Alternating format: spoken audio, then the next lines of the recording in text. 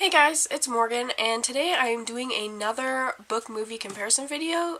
This time I'm doing the Percy Jackson and the Sea of Monsters book and movie comparison since I just did the Lightning Thief one.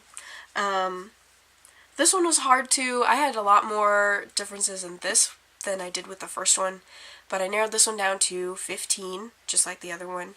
Just so you guys know, there will be lots of spoilers for the book and the movie in this video, so if you don't want to be spoiled if you haven't read the book or seen the movie, I would recommend to not watch this video, go read the book or watch the movie and then come back and watch it.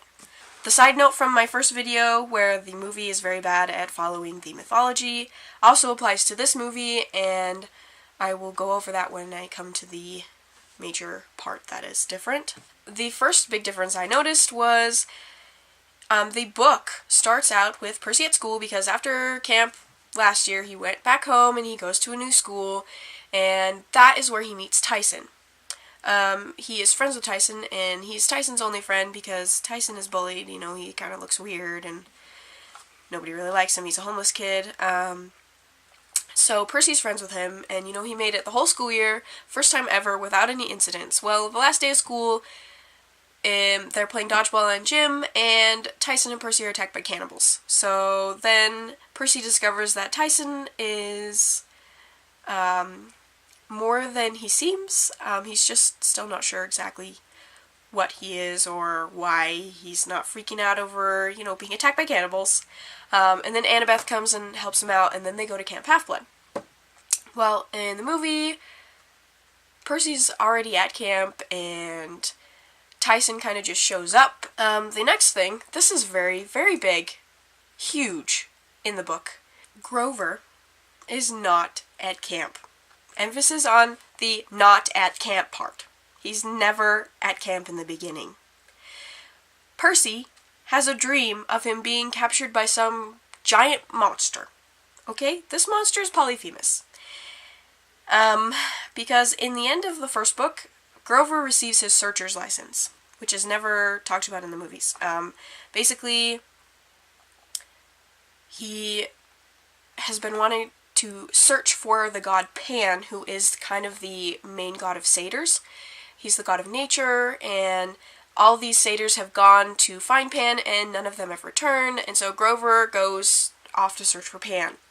Well, he gets captured by Polyphemus, who is a Cyclops, who is also the protector, or not really the protector, he's kind of the keeper of the fleece, because he took it and it, you know, makes his island thrive. Well, in the book, Grover's just not.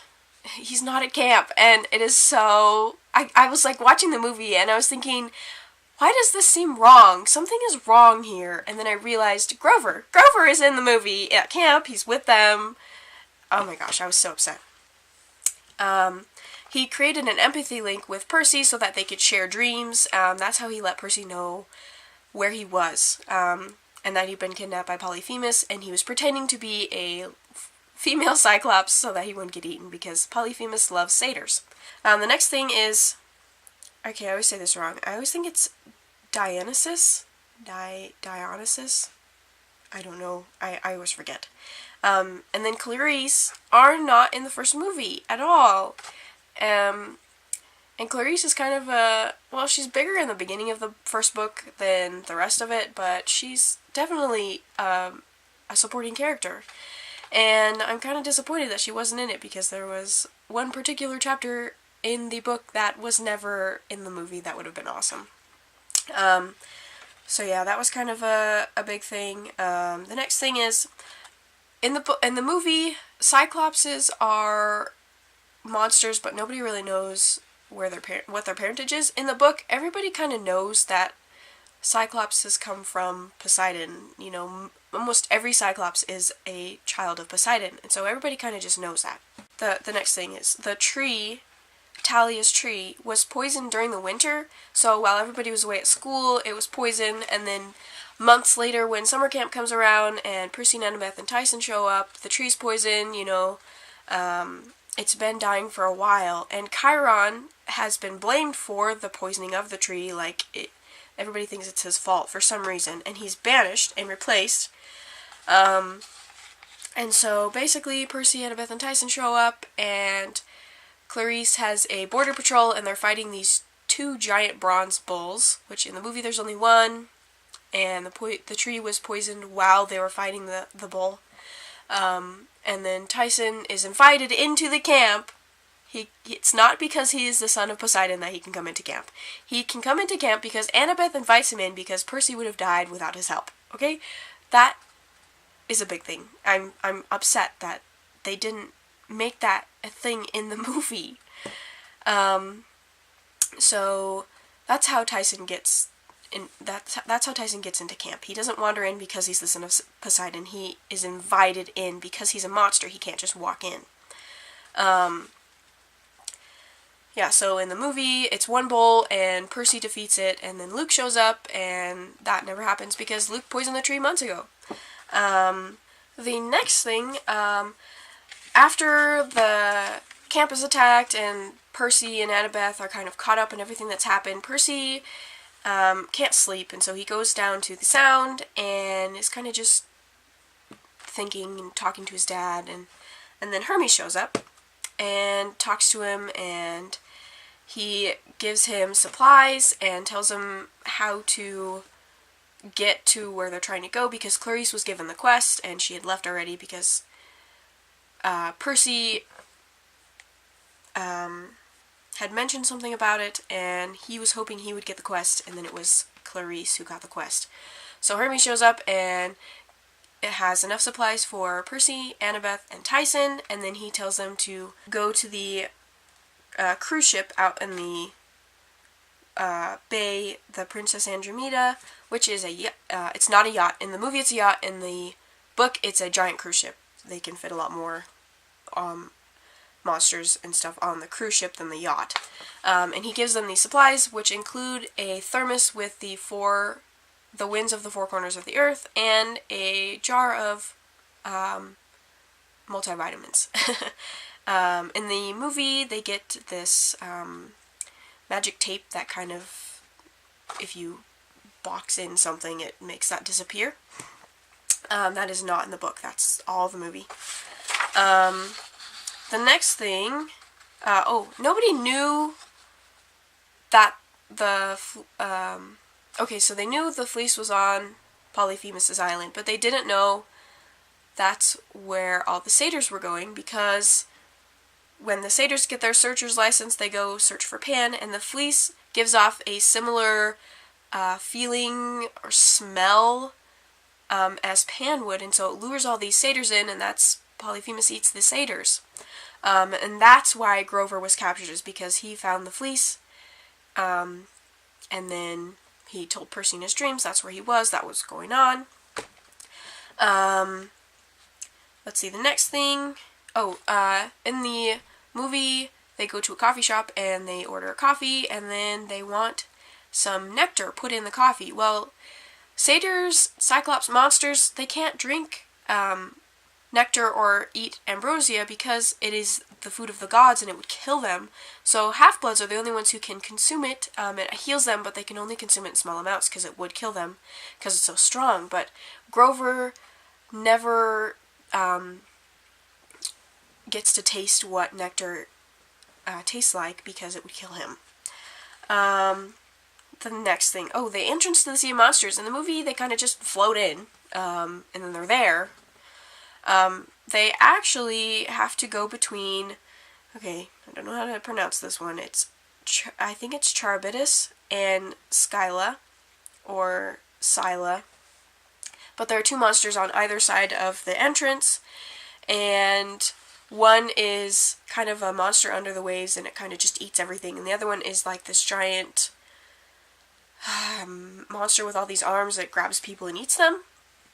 And so you have to go in between these two, and there's not enough room in between them to just kind of sneak on past. They have to get close to one or the other. And so then during this, the ship that they're on, which is Clarice's transportation, it's a ship full of dead Confederate soldiers, because when there's a war, the losing side has a debt to Ares, and they have to do him a favor, basically, before they can be freed. And so she's on one of these ships, and it kind of blows up, and everybody's separated. Clarice is on her own. Percy and Annabeth are separated together. And then Tyson is believed to be dead.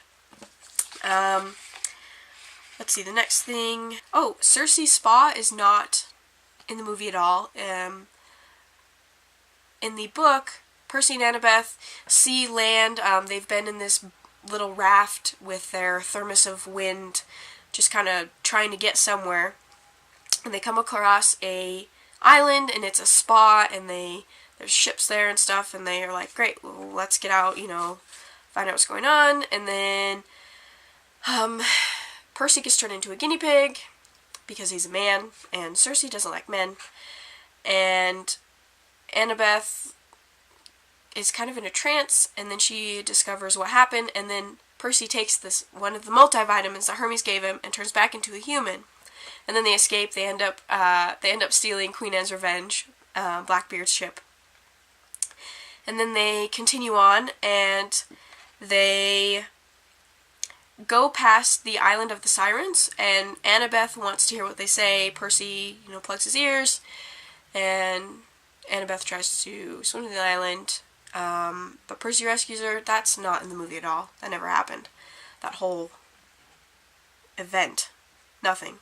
So the next thing, after they retrieve the fleece, I believe in the movie, Luke and his henchmen show up and steal the fleece and bring Kronos back to life, which never happens. I cannot emphasize that enough. Kronos does not come back to life in the second book. Ever. Anyway, it's just Clarice, Percy, Annabeth, Grover, and Tyson on the island.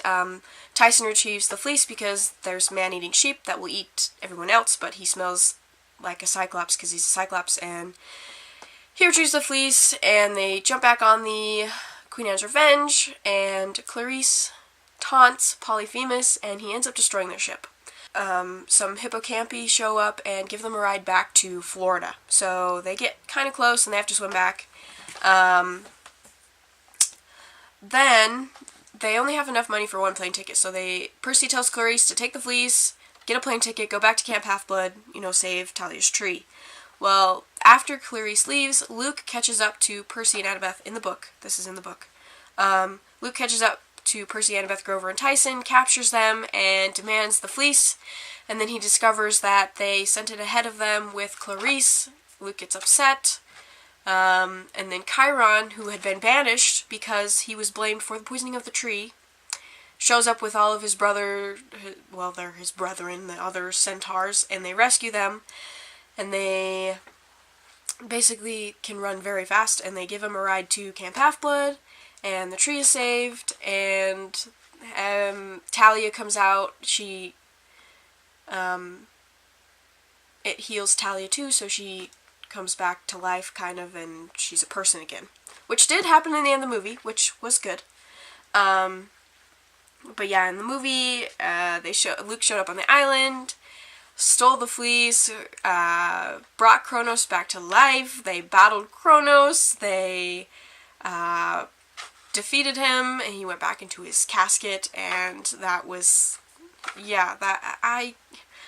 that angered me more than anything else in this whole movie, because it doesn't work like that in the books.